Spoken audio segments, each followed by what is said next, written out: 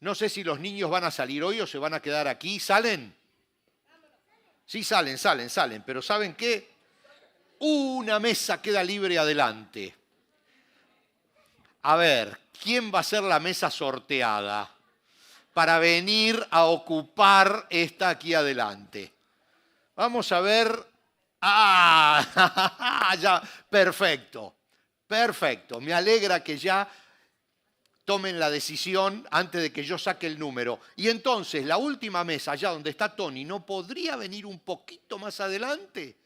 Así estamos más juntos. ¿Qué les parece? Va a ser lindo empezar juntos.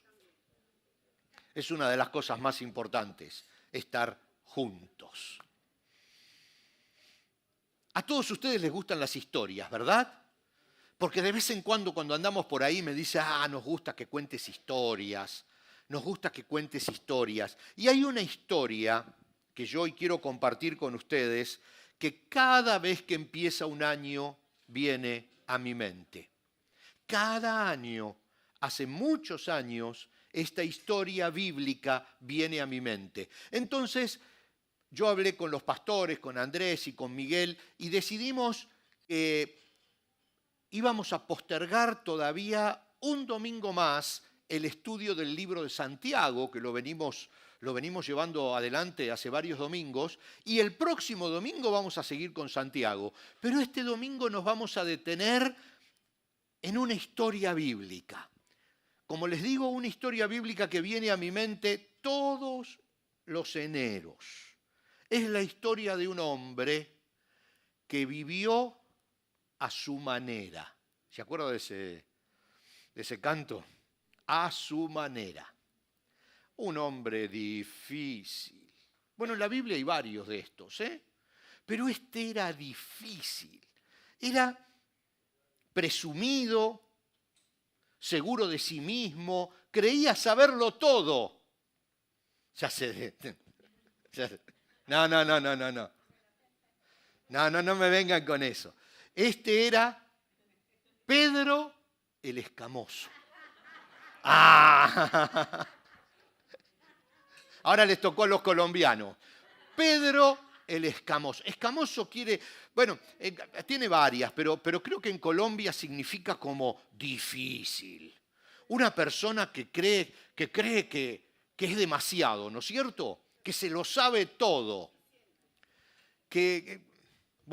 En fin, no vamos a hablar de nacionalidades porque si no vamos a terminar mal este primer domingo. Pero hoy queremos hablar de Pedro, de ese hombre difícil, seguro de sí mismo, pero muy difícil de tratar.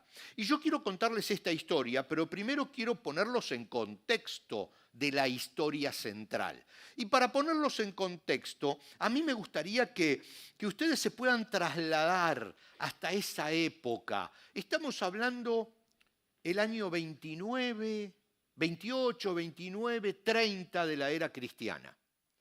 En un pueblo, vamos a empezar por ahí, en un pueblo que se llamaba, o al menos en español se dice Capernaum, que estaba al lado de un lago interno, en realidad le dicen el Mar de Galilea, tiene como 50 kilómetros de ancho, es medio redondo, que recibe agua del Jordán y se la vuelca al Jordán, o sea que tiene el Jordán por un lado y el Jordán por el otro.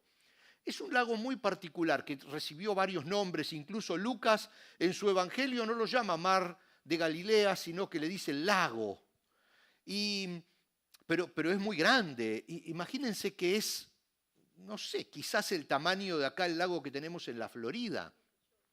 Muy grande, muy grande. Cuando uno lo ve desde arriba satelitalmente se ve como un agujerito en la tierra de Israel. Y ese es el lago. Allí estaba la ciudad de Capernaum y ahí vivían dos hermanos, Simón y Andrés. Vivían dos hermanos que tenían una empresa de pesca allí por el año 29 o 30 de la era cristiana. Y ellos tenían esa edad y muy probablemente los padres, Jonás era el nombre del padre, la madre no sabemos su nombre, de estos hermanos, Simón y Andrés, le había contado que más o menos cuando ellos nacieron, hubo un loco allá en Belén que hizo matar, se llamaba Herodes, hizo matar a todos los bebés más o menos de la edad de ellos, porque quería encontrar entre esos bebés a ese rey que había nacido allí en Belén. Pero ya habían pasado 30 años. Ellos, Andrés y Simón, se habían salvado.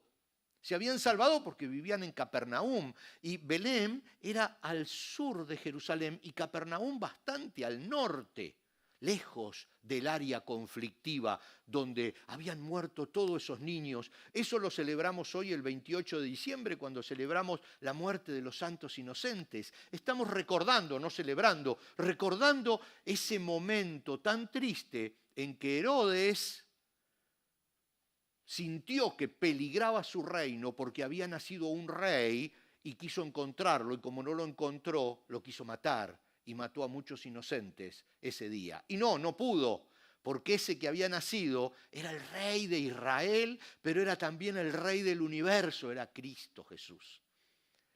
Y seguramente esos padres le habían contado a Simón y a Andrés esta historia que había pasado allá hace 30 años atrás, cuando ellos recién habían nacido. Empieza a ubicarse, empieza a sentir el olor del mar. Claro, es difícil sintiendo el olor a los chorizos, pero yo quisiera que usted trate de involucrarse en esta escena. Entonces, ¿qué pasó? Más o menos en esa misma época, cuando Andrés y su hermano Simón, que luego se llamaría Pedro, habían formado su empresa de pesca y tenían un par de botes y salían a pescar en el lago. En otra parte, en el desierto de Judea, al sur de Jerusalén, mucho más lejos, mucho más al sur, aparece un hombre que se llamó Juan el Bautista, que comenzó a predicar arrepentimiento y bautismo, pero no como el bautismo que nosotros hoy llevamos adelante.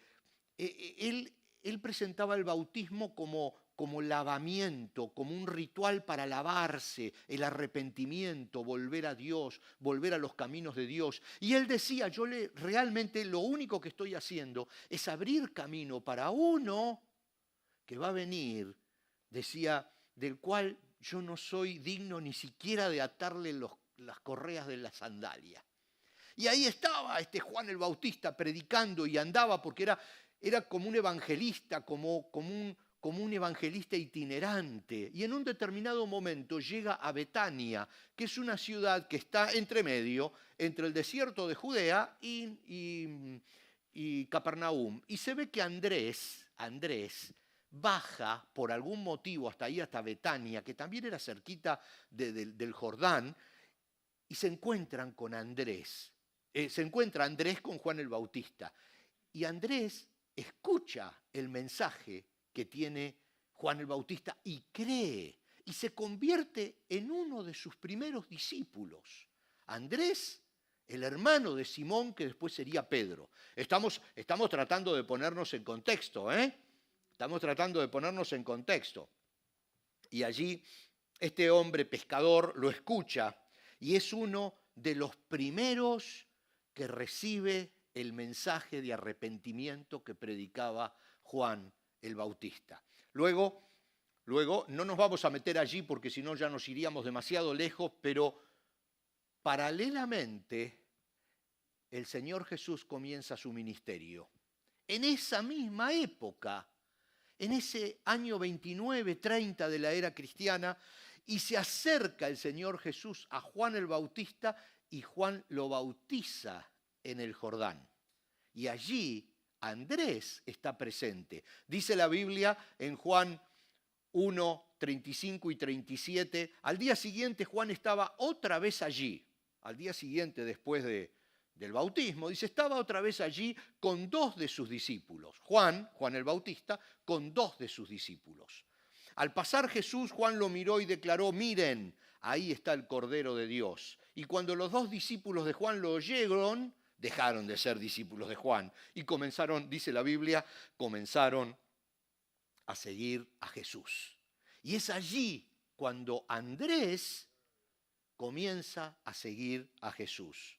Luego leemos en también el Evangelio de Juan, en el capítulo 1 otra vez, pero ahora los versículos 40 al 42, dice: Andrés, hermano de Simón Pedro, era uno de estos hombres que al oír lo que Juan dijo, siguieron a Jesús. Andrés fue a buscar a su hermano Simón y le dijo: hemos encontrado al Mesías, que significa Cristo. Luego Andrés llevó a Simón para que conociera a Jesús. Jesús lo miró fijamente a Simón y le dijo: tu nombre es Simón, hijo de Juan, pero te llamarás Cefas, que significa Pedro. Y aquí por primera vez aparece Pedro. Acá Jesús le dice: tu nombre es Simón, hijo de Juan, pero Lucas en otra parte dice que el padre se llamaba Jonás, no Juan. Así que estamos entre Jonás y Juan, el padre de Pedro y de Andrés. Aparece entonces Pedro en escena. Pero recuerden que era un hombre difícil. ¿Usted se acuerda de eso? Era un hombre que lo miraba a Jesús y decía: yo no me llamo Pedro, yo me llamo Simón. ¿Vieron siempre buscándole el pelo al huevo? Un hombre complicado. Un hombre, yo me lo imagino, alto, fornido, pescador, cada dedo parecía un chorizo, manos grandes, barba, túnica. Lo miraba a Jesús y le decía: ¿y este quién es? Jesús le dice: te vas a llamar Pedro. Ahí quedó, no pasó nada, ahí quedó. Jesús se va al desierto. 40 días se fue al desierto.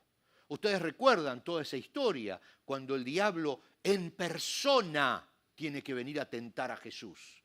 Siempre me gusta recordar esta parte, porque Jesús era santo, no tenía la maldad dentro. Entonces Satanás tuvo que venir en persona a tentarlo. Muchas veces nosotros somos tentados, como dice Santiago, pero de nuestro propio hombre malo interior que aflora por los poros. Pero en este caso no había un hombre interior malo dentro de Jesús y tuvo que venir el diablo en persona y salió humillado. Pero ese es un tema que me encanta, pero no nos podemos ir, porque fueron 40 días que Jesús estuvo en el desierto y volvió del desierto. Pero claro, ya Pedro se había metido en su empresa de pesca, tratando ahí de ganar siempre un peso más, con Andrés, o sea, Simón con Andrés. Se habían un poco olvidado de esta situación allí donde Jesús se encuentra con Simón y le dice: te vas a llamar Pedro. Y seguían allí en Capernaum, pero resulta que Jesús viene de sus 40 días en el desierto. ¿Y a dónde va a comenzar su ministerio en la tierra? A la ciudad de Capernaum. Muchos dicen que Jesús tenía una casa allí. Y hay un pasaje bíblico que creo que lo tengo aquí, a ver si lo tenemos, está en Marcos 2:1. No sé si lo tenemos para que lo lean. Correcto, miren lo que dice Marcos. Cuando Jesús regresó a Capernaum, varios días después, enseguida corrió la voz de que había vuelto a casa. Muchos estudiosos creen que Jesús realmente vivía en toda esa época allí, en Capernaum, y había hecho amistades, muchas amistades. De hecho, ¿saben qué?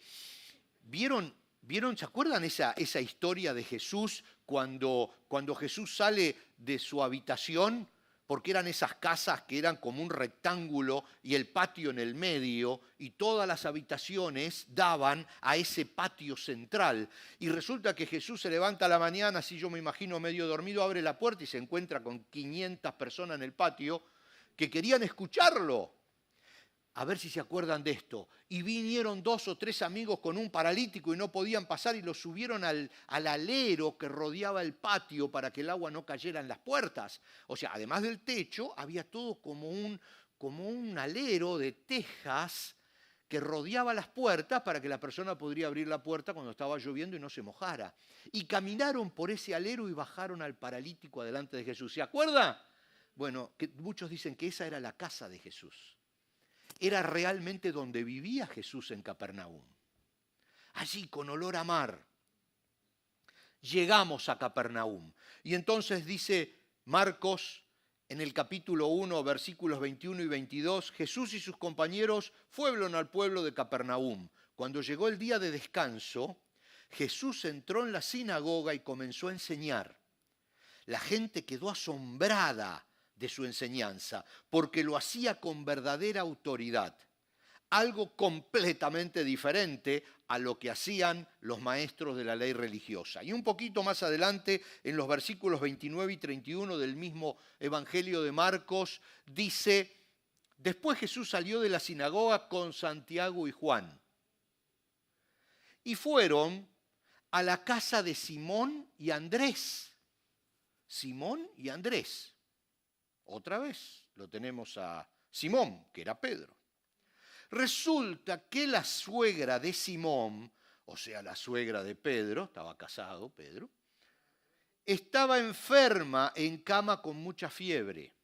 Se lo contaron a Jesús de inmediato y él se acercó a la cama, la tomó de la mano, la ayudó a sentarse y entonces la fiebre se fue y ella les preparó una comida.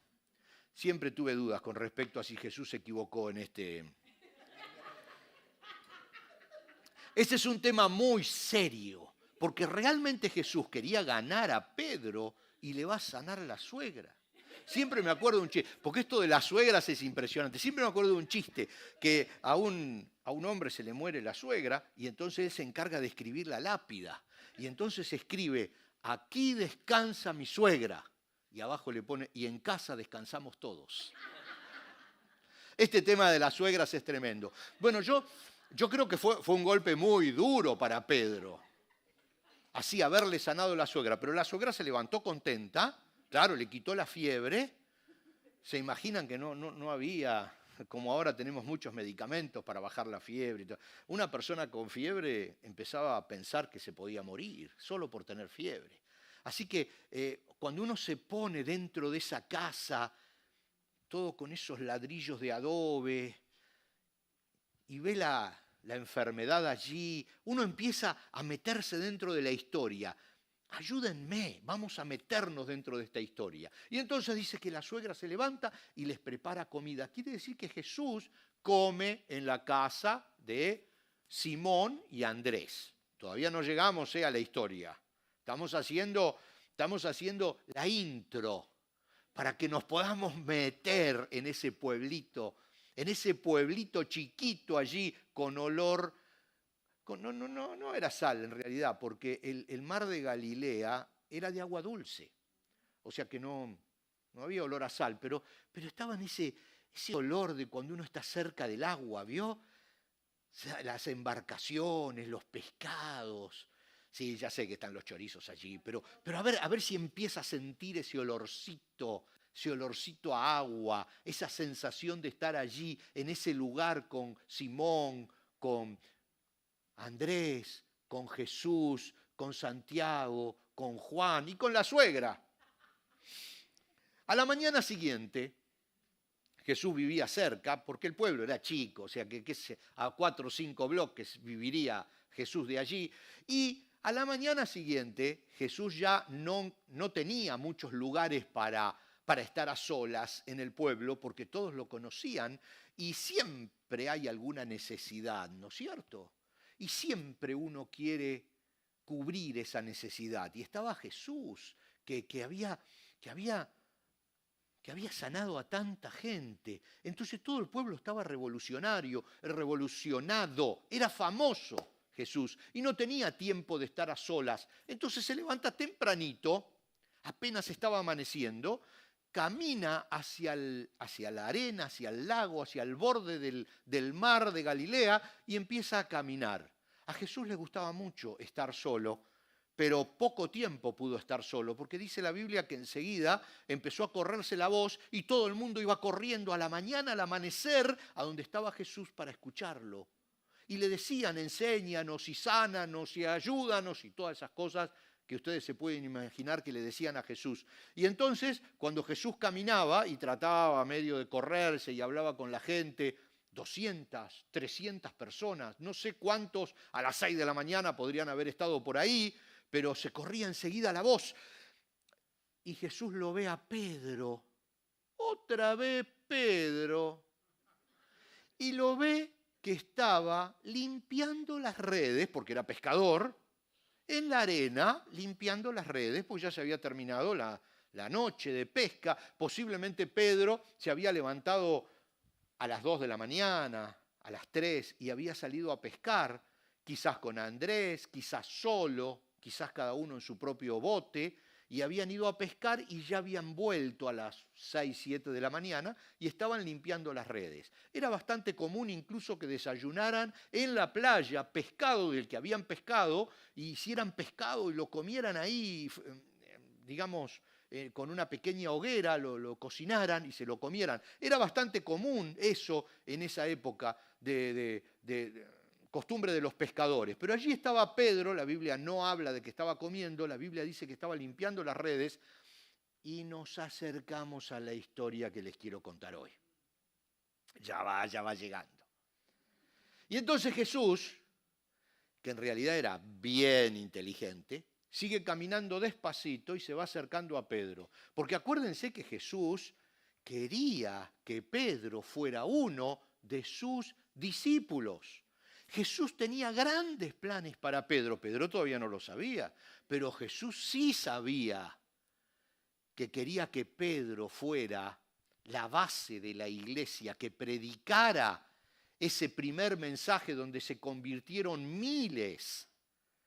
Pedro tenía que ser ese hombre, pero Jesús no lo iba a presionar. Iba a estar a su lado hasta que Pedro decidiera por sí mismo seguir a Jesús. Lo mismo que hace con nosotros.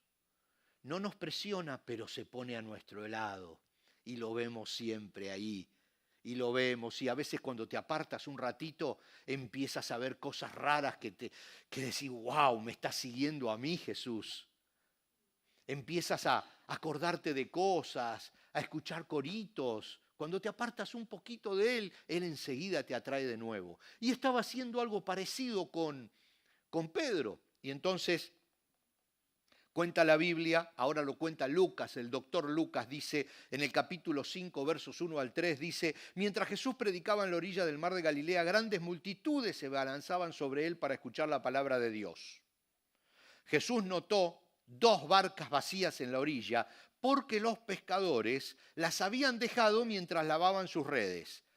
Al subir a una de las barcas, Jesús le pidió a Simón, el dueño de la barca, que la empujara al agua, y luego se sentó en la barca y desde allí enseñó a las multitudes. Yo me imagino, claro, primero Jesús conocía algunos detalles, que el agua hace rebotar la voz. Entonces, cuando tú estás en el agua, los que están en la orilla te escuchan mucho mejor, como si estuviera amplificado. Porque tú hablas y las ondas de la voz rebotan en el agua y se amplifican. No sé si alguna vez había escuchado esto, pero es así. Es así. El agua sirve como un amplificador. Claro, no puedes estar demasiado lejos, apenas unos metros retirado. Entonces yo me imagino que Jesús se puso en la parte de atrás de la barca y le dijo a Pedro, Pedro, sentate acá adelante para poder mirarlo y que escuche. Y le hablaba a la gente mirándolo a Pedro. Y le enseñó a la gente mirándolo a Pedro, porque quería que Pedro rompiera esa coraza de escamoso que tenía. ¿Qué les parece si recreamos un poquito el diálogo? Porque, claro, ¿qué pasó ahí? ¿Qué pasó? Mire, la Biblia dice acá, en Lucas 5, 4, dice, cuando terminó de hablar, le dijo a Simón, ahora ve a aguas más profundas y echa tus redes para pescar. Y acá empieza la historia nuestra. Y yo, a ver si usted se puede meter adentro de esa barca. Yo sé que cuesta, pero vamos a ponernos allí en esa barca. ¿Usted se imagina a Pedro? Dice, a ver, pongamos las cosas en claro. No se lo dijo porque la Biblia no lo registra. Pero yo me imagino y me armo eso que Pedro pensó, ¿no? Y digo, a ver, vamos a acomodar las cosas. Yo te respeto, eres un maestro, la gente te sigue, haces milagros, sanaste a mi suegra, te respeto, eres un rabí, estuviste en mi casa, comimos juntos, te aprecio, eres una buena persona. Pero ahora te estás metiendo en mi terreno. Acá el pescador soy yo. ¿Cómo me vas a decir que vaya a pescar otra vez, a tirar las redes otra vez? Ya son las 7:30 de la mañana, el sol está alto. Decía, claro, no tenía un reloj, pero ellos por el sol. Dice, son las 7:30 de la mañana, el sol está alto, no hubo pescados durante toda la noche y ahora me venís a decir a mí, que soy el profesional, que soy el que sabe, soy el que se quema los hombros todos los días acá dentro de esta barca y en este lago, ¿que vamos a pescar? No, no funciona de esa manera. Estuve pescando todas las noches, toda la noche. ¿Y sabes qué es lo peor que yo me imagino que pensó Pedro? Ya limpié las redes. ¿Se imaginan lo difícil que es limpiar las redes pedacito por pedacito? Sentado en la arena, mientras que está amaneciendo y con la bronca de no haber agarrado ni un solo pescado. Limpió todas las redes y dice, ¿ahora querés que las ensucie de nuevo? ¿Otra vez? Pero Pedro, en realidad, tuvo como una luz de inteligencia. Y entonces dijo, Lucas 5:5, Maestro, respondió Simón, hemos trabajado mucho durante toda la noche y no hemos pescado nada, pero si tú lo dices, echaré las redes nuevamente. Y acá está el centro de la historia que quería compartir con ustedes. Pedro le dice, voy a probarte, voy a tener un poco de fe, voy a echar la red por lo que tú dices, no por lo que yo sé. Voy a echar la red porque voy a creer en eso que dices, aunque en la lógica no es así.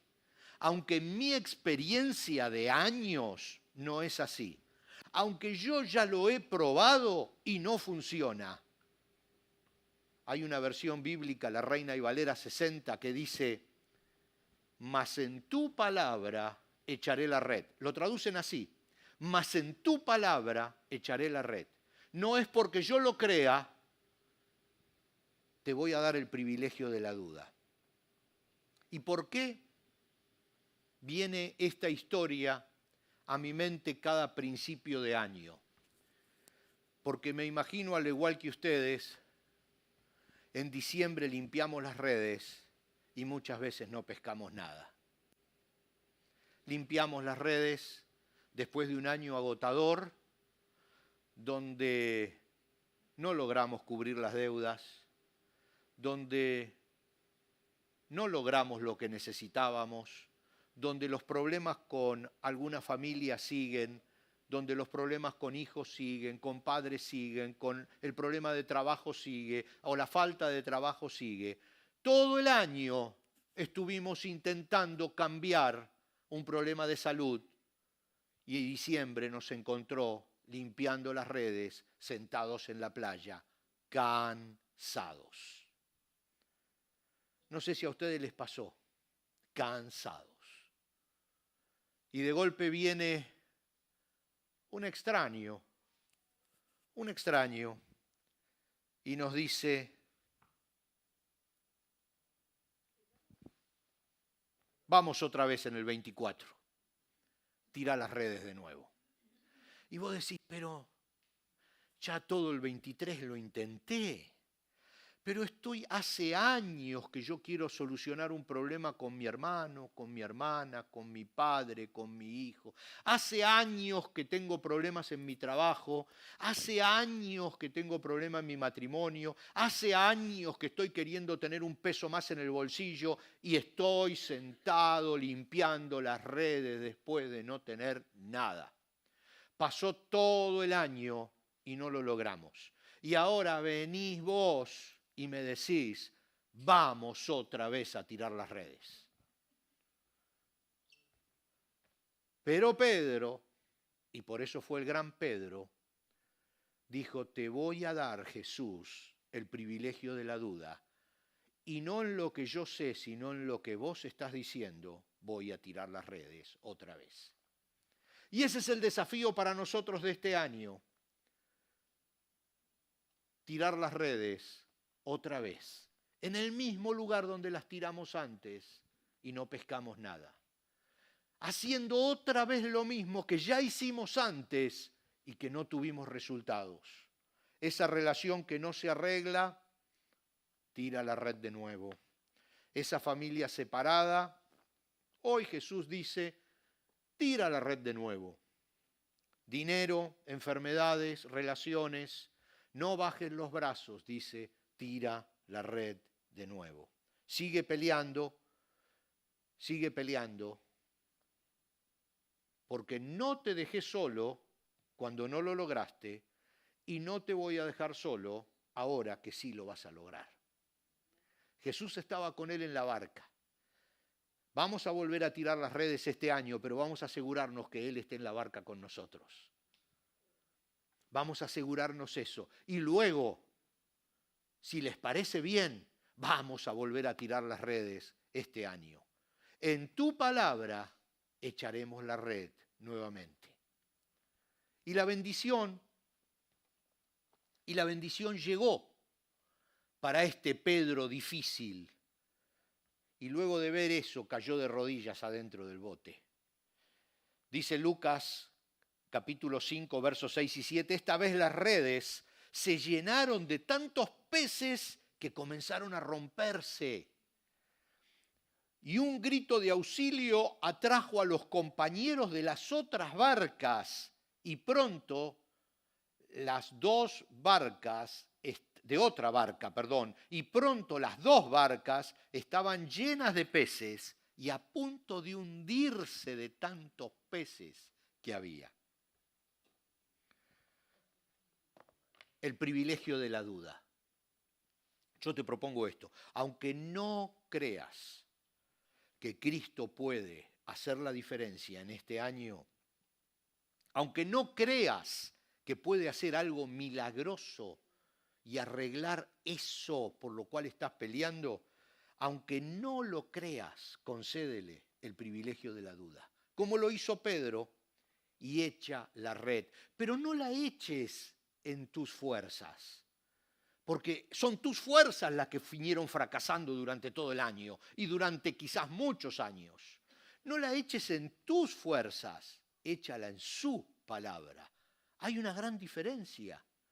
No la eches por tu experiencia, no la eches por tu conocimiento, no la eches por tu fuerza de voluntad, échala en su palabra. Este fue el desafío que le hizo Jesús a Pedro adentro de ese pequeño bote que nos cuesta tanto sentarnos ahí adentro.